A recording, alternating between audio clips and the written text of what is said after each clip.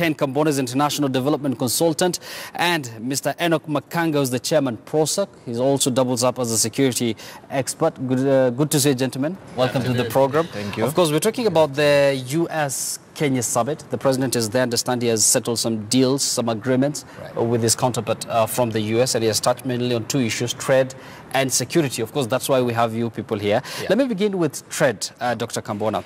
We're getting reports that he has signed two agreements that will see the two U.S. companies invest about $238 million or worth of projects in Kenya. That is about 23 billion Kenya shillings. This will boost Kenya's economy in a way, right?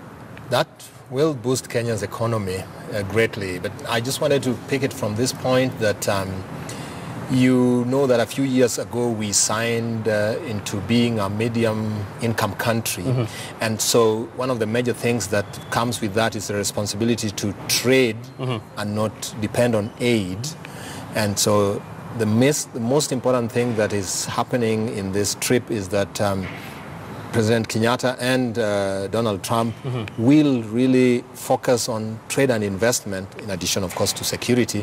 But because right now we cannot access certain aid that we used to get easily, or certain loans that you used to get. So, so yeah, by signing those, I think we are now looking forward ahead, and we are thinking, okay, those big deals, one of them is for food, which you know, Twiga and a company in the U.S., Twiga Foods, that will of course go into supporting the big four, one of the big four agendas, the food security, and processing. So it's manufacturing and processing. And of course, there's the other deals that are going on or are being discussed. The wind and the energy. You know, energy is a major issue in the continent, and of course Kenya. And so that also boosts trade. And let's not maybe moving a little faster. One of the major things that we should take cognizance of is in another month or so, there'll be direct, flights to the U.S. Once again, a major milestone in the area of trade ties between us and the U.S. So I think all this is happening. There's some things which are happening on the front line, but there are a lot happening behind the scenes. And of course, UK's Prime Minister Theresa May is going to make her way into Kenya. We're going to talk about this, some sort of renewed interest in these foreign countries in Kenya, not just Kenya, but other African countries. But let me engage Makanga on matters of security, of course. And it seems like these two presidents have agreed to deepen cooperation on matters of defense and security for efficient war on terror. I mean, the people are asking, why Kenya? Is it because Kenya has been in the forefront in the war on terror? First of all, as an association, protective and safe association of Kenya, I think we are very glad on the new development, because we as a country, we have our own challenges. And these challenges come in as a result of how we are positioned. Like Uganda is on the other side, Ethiopia is on the other side, and we are in a location where we are a very big threat in terms of terrorism, in terms of the threat that we face as a country.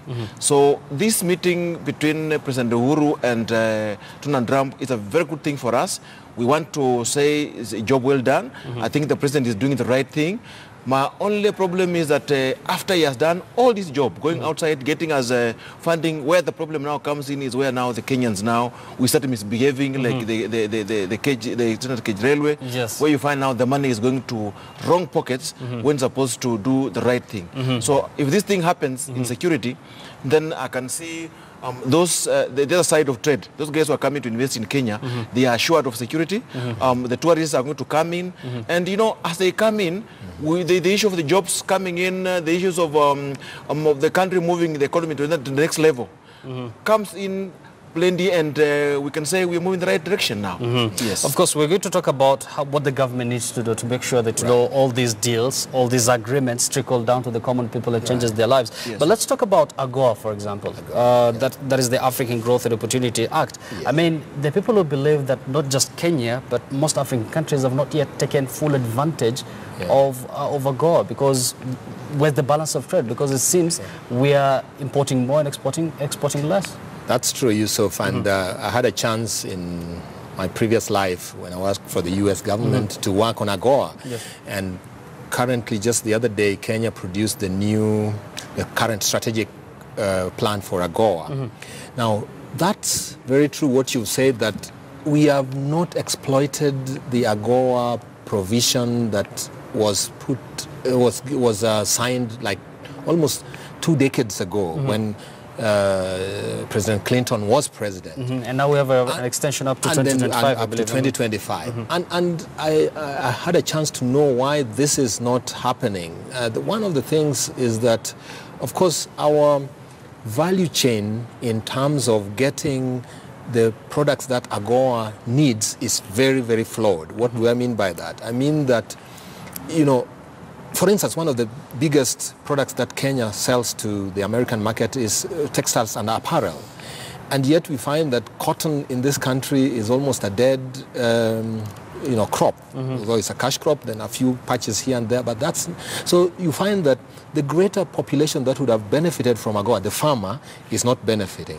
When you come to manufacturing then, you find that a lot of the companies which are based in the Athi River and the EPZ zones, which manufacture or for AGOA, the AGOA market, or for the US under AGOA, are not owned by Kenyans per se. Fine, they are employing Kenyans as people working for them, but I think we need to get much more than that, and that's not happening.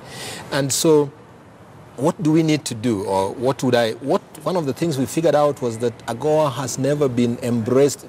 In the last strategic plan that was there, AGOA was never embraced from top to bottom. It was just a way of a few businessmen taking advantage of these provisions, and even clothes coming from the eastern world, Asia, to via Kenya, and then being labeled, and then they call it third fabric agreement.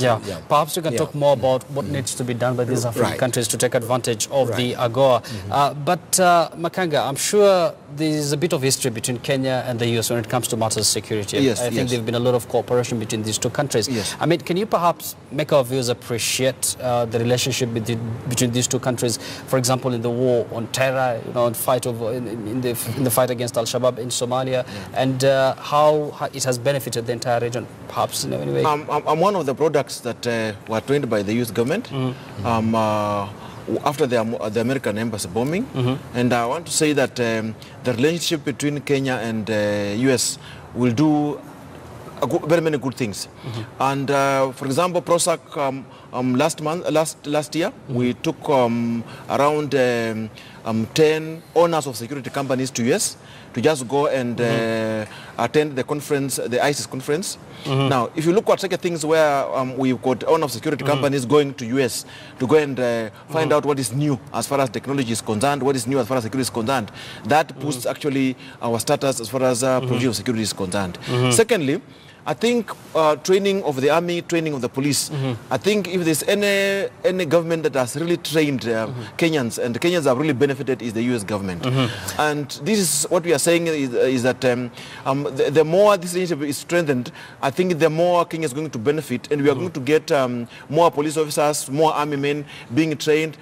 These guys getting people from US coming over, getting into our training colleges, getting into police college, getting into the army colleges, and making sure that they up our skills as far as the current crime is concerned, as far as outside threat is concerned, and as far as terrorism is concerned. Because if we keep on having the same skills, I think these guys, the terrorists, are also coming up with different They're also becoming plans. smart and coming up with new techniques. Yes. Of course, if you could see our tag down there, we're seeing some new sort of scramble for Africa. I've already mentioned that the UK Prime Minister Theresa May is on her way from South Africa. She's going to tour Nigeria, then Kenya, and then coincidentally, there's another summit on China-Africa relations that is going to take place in Beijing next month. And of course, the president already is in America, trying to come up with several agreements with his counterpart from the US. So the question is, are we seeing some new sort of scramble for Africa? Let's listen in to what Lesotho's Prime Minister had to say with regards to Africa-China relationship.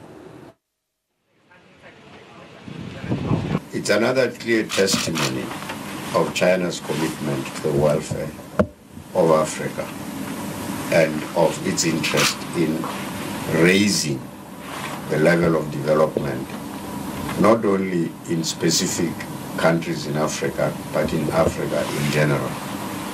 In other words, China is not being a friend only by word of mouth. It is being a friend through actions. Actions that push us to go from the situation of being underdeveloped to a situation of being developed. Of course, that is Lesotho's Prime Minister. They are talking about his country's relationship with China. Now, Dr. Kambona, within just a minute, I would like you to react to that statement that was made by the Lesotho's Prime Minister. Are we seeing some sort of renewed interest by these foreigners in Africa?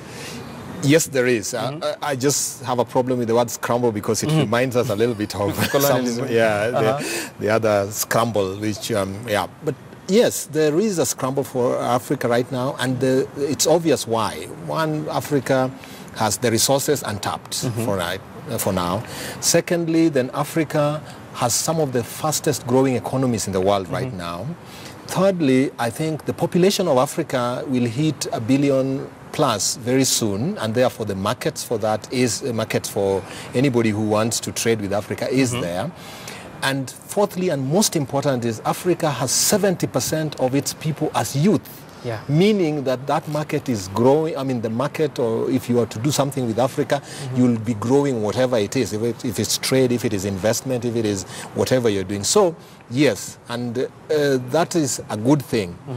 My caveat as we are ending on that point is, let it not be a scramble. Let us strategically this time place ourselves so that we can take advantage of this interest, so that it's not about our resources going like no value addition on our products like it happened before. For instance, coffee. Why would we not produce coffee that is the final product? Yes, correct. Because that will, of course, result to employment. Makanga, very briefly, of course, we've been talking about the scramble of Africa, but the question is, there are people who fear that these benefits or these deals will not trickle down to the people on the ground. I mean, what do you think the government? I'm very much concerned. I'm very much concerned about China investing in Africa, investing in Kenya. I want to give a very good example. Some 2-3 days ago, a Chinese company runs a security company in Kenya, and the guards down the tools. Why should we allow somebody to come and run a security company and make sure that he's not doing the right thing? The point I'm saying is that let all agencies in Kenya do work the way Nordin Arich is doing his job. If everybody did his work the way the gentleman is doing his work, I think Kenya could be a very good place, and we could actually take advantage of these guys who are investing in Kenya, so that they do the things in the right way. The only problem we're having in Kenya is that these guys are coming in and they are trying to do what we call shortcuts. Bring in shortcuts. And these shortcuts are the ones that are messing up the Kenyan economy. They are the ones that are messing up most of us. And then you look at the whole thing and you wonder, was it really an investment, or somebody came up with this investment for the sake of just benefiting his pockets? Let's just be serious, and let's make sure that the way the president is trying to put the word across, let's just examine ourselves, and where we go wrong, we make sure somebody is arrested and somebody is taken, irrespective of whether he's a Chinese, irrespective of whether he's coming from where, so that at the end of the day, the common mwananchi is able to benefit. I hope the relevant authorities are listening. Many thanks, Enoch Makanga, for your input. He's a security expert and a chairman of PROSEC, as well as Dr. Ken Kambona, who's an international development consultant. And that brings us to the end of our program today. Many thanks for watching. My name is Yusuf Ibrahim. Of course, you've been watching your favorite Pan-African show, Bottom Line Africa. I'll leave you with our images of the day. Then after that, as always, we'll have the proverb of the day. Bye-bye for now.